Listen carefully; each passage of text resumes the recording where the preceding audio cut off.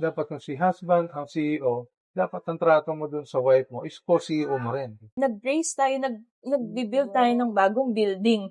Diba? Gumagawa tayo ng bagong building, ng bagong company, na sarili nating rules and regulations, sarili nating culture, pamamalakad. Yun yung maganda sa marriage na kayo yung dapat na masusunod. From another company, syempre, hindi na sila dapat makialam, makisali, wala silang say. Pero syempre, dahil nga napagdaanan nila yan, yung mga advices ng parents natin, ng in-laws, syempre, iti-take note din natin yan. Guidelines pa rin yun. Guidelines, yes. Syempre, hindi naman din lahat is magiging applicable sa atin. And bilang tayo nang dalawa yung masusunod, tayo ng dalawa yung final say, tayo na mag-asawa. Like you're starting a new company. Syempre sa company, merong CEO.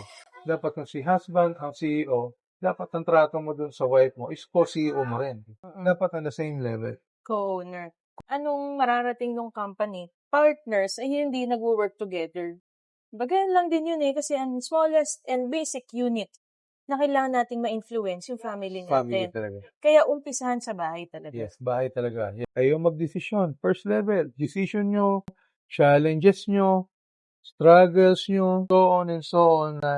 Pag dumating na yung years, kung babalikan nyo, titignan nyo yung level ng family at ng marriage nyo, yun yung foundation nyo, matibay. At doon din kakapit yung mga bata, yung mga anak. Hindi yung mararamdaman nila. And eventually, tatatak sa isip nila yun And they will carry on. Pag sila naman yung dumating sa time na sila na yung magkakaroon ng sariling pamilya. You become as one, and dapat kayo yung mag-build ng foundation nyo. Kasi ang hirap mag-build ng foundation kung hindi sa inyo mismo manggagaling kung ano yung mga gusto nyong gawin at yung mga gusto nyong pamamaraan sa buhay mag-asawa. And magandang avenue din to na pagtibayan yung pagsasama nyo kasi mas nagdi-deeper yung communication nyo, mas nagdi-deeper, mas nakikilala nyo yung isa't isa. Build nyo ng foundation, galing talaga sa inyo. Sa inyo, yes. Na talagang as in sa inyo, na kayong dalawa yung nag-decide. At pagdating sa huli, walang sisihan, walang sumbatan, walang sisihan na sabi ko sa'yo, ganyan di ba? Itong family na gagawin natin is originally na tayo yung gagawa. Hindi siya extension ng both families natin na ganito yung gagawin natin. But tayong dalawa yung mag-build ng bagong family para sa atin.